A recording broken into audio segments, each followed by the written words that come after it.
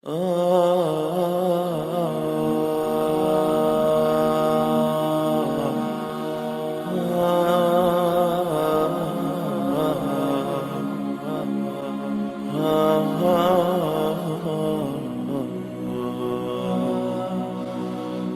افرأیتم ما تدعون من دون اللہ، قل اے نبی آپ بتائیں ان کو کہ جن کو تم اللہ کے علاوہ پکارتے ہو، ان ارادنی اللہ بضر، اگر اللہ تعالی تکلیف کا ارادہ کر لے، کسی چیز کو تکلیف پہنچانے کا، نقصان پہنچانے کا اللہ ارادہ کر لے، هل ہن کاشفات ضرہ، اگر اللہ تعالی تکلیف پہنچانے کا ارادہ کر لے تو کوئی اس تکلیف کو دور نہیں کر سکتا، او ارادنی برحمت، اور اگر اللہ کسی بھلائی کا ارادہ کر لے، کسی پر رحمت اور اپنے فضل کرنے کا ارادہ کر لے، هل ہن ممسکات رحمتہ، کیا اللہ جس کے ساتھ بھلائی کا ارادہ کر لے اسے دنیا کی کوئی طاقت اس بھلائی سے اسے روک سکتی ہے؟ اللہ نے ارادہ کیا کسی کو تکلیف دینے کا تو اسے تکلیف سے کوئی دور نہیں کر سکتا،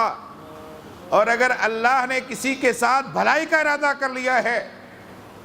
تو کوئی اسے بھلائی سے دور نہیں کر سکتا، ہر حال میں وہ اللہ کی طرف سے بھلائی آ کے رہے گی۔ قل حسبی اللہ، کہو کہ ہمارے لیے اللہ ہی کافی ہے۔ یہ ہے ایک مومن کا عقیدہ، یہ ہے ایک موحد کا عقیدہ، یہ ہے ایک اللہ پر ایمان رکھنے والے کا عقیدہ۔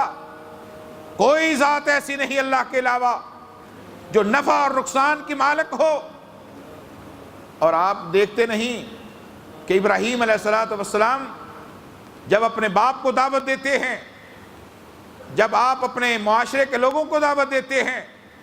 جب آپ نمرود کو دعوت دیتے ہیں، جب میلے ٹھیلے اور اس طرح کی اس دور کی رسومات جو جاہلیت والی چیزیں تھیں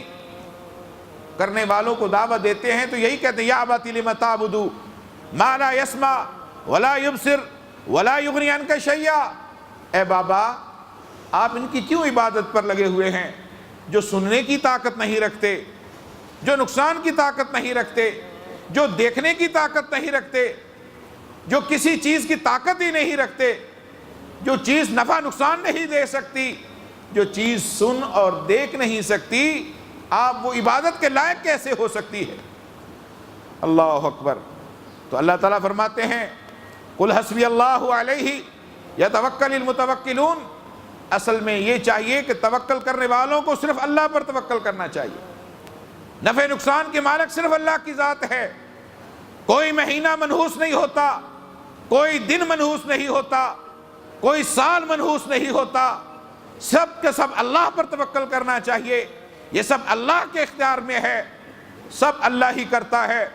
لہذا قرآن مجید میں آتا ہے ما یفتح اللہ للناس من رحمت،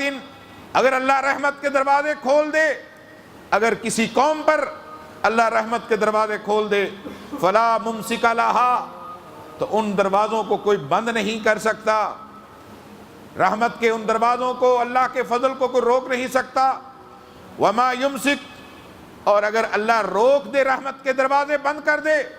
اللہ اپنا فضل اور اپنی رحمت کو روک دے، فلا مرسل لہ، کوئی اس کو جاری نہیں کر سکتا، کوئی نبی، کوئی ولی، کوئی دستگیر، کوئی حاجت روا، کوئی مشکل کشا، کوئی پیر، کوئی ولی، کوئی ملنگ، کوئی گدی نشین، قرآن کہتا ہے فلا مرسل لہ من بعدہ، اللہ کے بند کرنے کے بعد جو اللہ اپنی رحمت کے دروازوں کو بند کر دے تو ان دروازوں کو کوئی کھول نہیں سکتا۔ اس لیے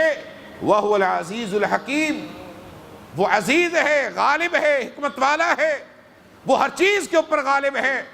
تمام انبیاء اس کے اوپر غالب ہے، تمام آسمان و زمینوں پر غالب ہے، تمام مخلوقات پر اللہ کی ذات غالب ہے، ہر نبی، ہر ولی، ہر صحابی، ہر شہید، ہر غازی کے اوپر اللہ کی ذات غالب ہے، اور وہ حکمت والا ہے، وہ اپنی حکمت کے ساتھ اس نظام کو چلا رہا ہے۔